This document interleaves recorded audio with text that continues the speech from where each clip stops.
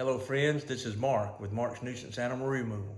I'm also a director for the Florida Trappers Association. Over the years of instructing at our events, I receive a lot of questions about the foothold traps.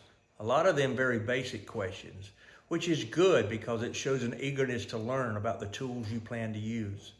So I made a little series of videos to cover the very basics, and today is series number 3. This will be the last one.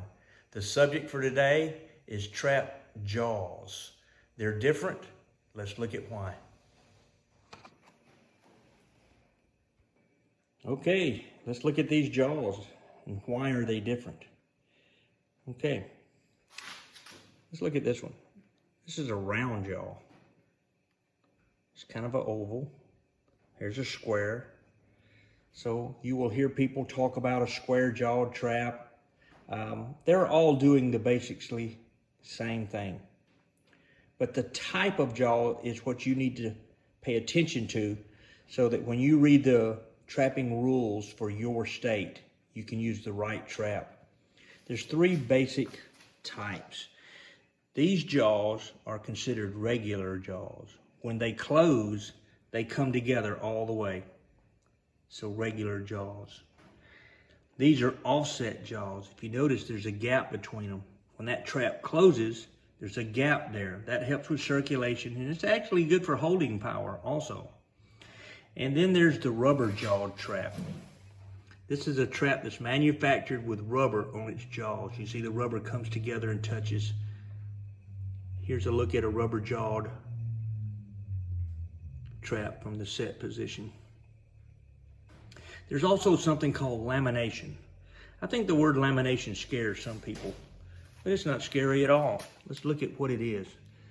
This is a regular jaw. I added this small round piece of metal. It's round stock. It's probably no bigger than this pointer I'm using. And I tacked it on there, welded it from the back. That makes the jaw wider, both jaws. They're a little bit wider. That's more contact with the animal, and it gives you more holding power. Sometimes you can buy a trap that has a jaw that's cast, that's a little wider than the average trap. This is a 550. Look at this jaw. It's wider. That gives you more holding power like we discussed. And it comes from the manufacturer like that. And if you notice, if you can see, the jaw on this trap is approximately the same width as the jaw on that trap. So this one comes ready to go. This one I had to weld the lamination on. And one thing more about the lamination, I could put it on the outside or the inside. All right, that's the lamination, the types of traps, the cast jaw versus the regular jaw. We got one more little thing. I'm gonna address a comment I have, and I'll be with you in 1 minute. This is a 4-coil Duke number 4 trap. You can see the coils, 1, 2, 3, 4. It has rubber jaws on it, and it's square jawed. This is a number 3 Duke. This only has 2 coils. But one of the comments I received was, hey, you put your hand in that trap the other day so fast I didn't get to see it. So I'm assuming he wants to see it again, and this is for your benefit. Ladies and gentlemen, this is a 4-coiled Duke trap. My hand is in it. My fingers are moving. Nothing is broke. The little bones on the back of my hand, nothing's broke. So that's a 4-coil trap. That's a fast, strong trap. I did say these are catch and release. So now I'm just going to take my hand out of the trap. I'm going to put my knee on one lever, push down, and I'm going to use my hand on the other one. Okay, I'm out.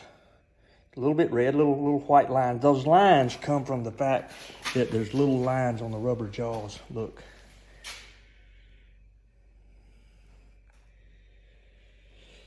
Okay.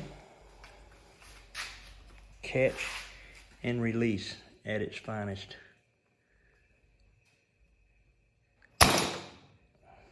That's 2 jaws. That's pretty fast too.